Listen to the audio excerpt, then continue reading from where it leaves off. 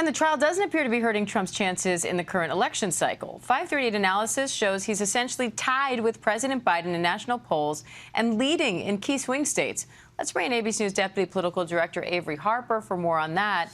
Avery, how significant are these polls, and what do they say about the state of the race right now? Well, I think it's really important to remember it's very early. What voters feel today is likely going to be of little importance on Election Day, but for campaigns, they could be gleaning information from these polls, finding out where their strengths and their weaknesses are, and putting more money and resources where those weaknesses are. Now, Trump also confirmed that he met with Florida Governor Ron DeSantis over the weekend, saying he's very happy to have his full and enthusiastic support. This is a sharp contrast to the insults they traded while DeSantis was still campaigning for president. So how did we get here, right? This burying of the hatchet.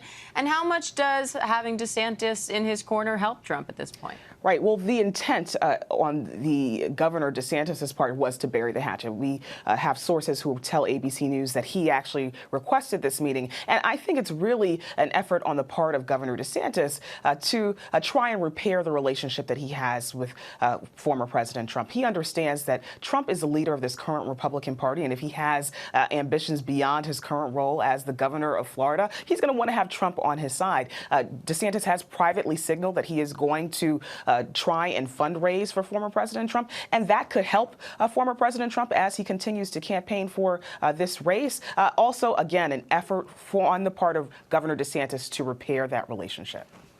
Now, President Biden hasn't said much about this trial, but he did joke about Trump's court appearances at the White House Correspondents' Dinner this weekend, calling him Sleepy Don. Do you think we could see the president addressing the trial more on the campaign trail going forward? No, I think that was more about making sure, playfully reminding viewers that President Biden and former President Trump are actually not that far apart in age, rather than talking about his appearances at court or talking about the developments happening in court. Again, I think for the campaign, this has been an effort that they have been making over time to try and point out Trump's gaffes on the campaign trail, to make age a vulnerability for Trump as much as it is for Biden. So, Avery, what are you watching for as the campaign season heats up and as the trial continues to stretch into that season? Right. Well, the longer that former President Trump is in the courtroom, that's the longer he is not on the campaign trail speaking with voters about his vision for the country. And so I'm interested to see how he is going to continue to navigate being stuck in a courtroom while the campaign is ongoing. And there are lots of folks who are going to be pointing out the fact that he is stuck in a courtroom and not able to travel the country and speak to voters. All right, ABC News Deputy Political Director Avery Harper, thank you. Hi guys, John Quinones here. Thanks so much for checking out our YouTube channel. There's so much more to see.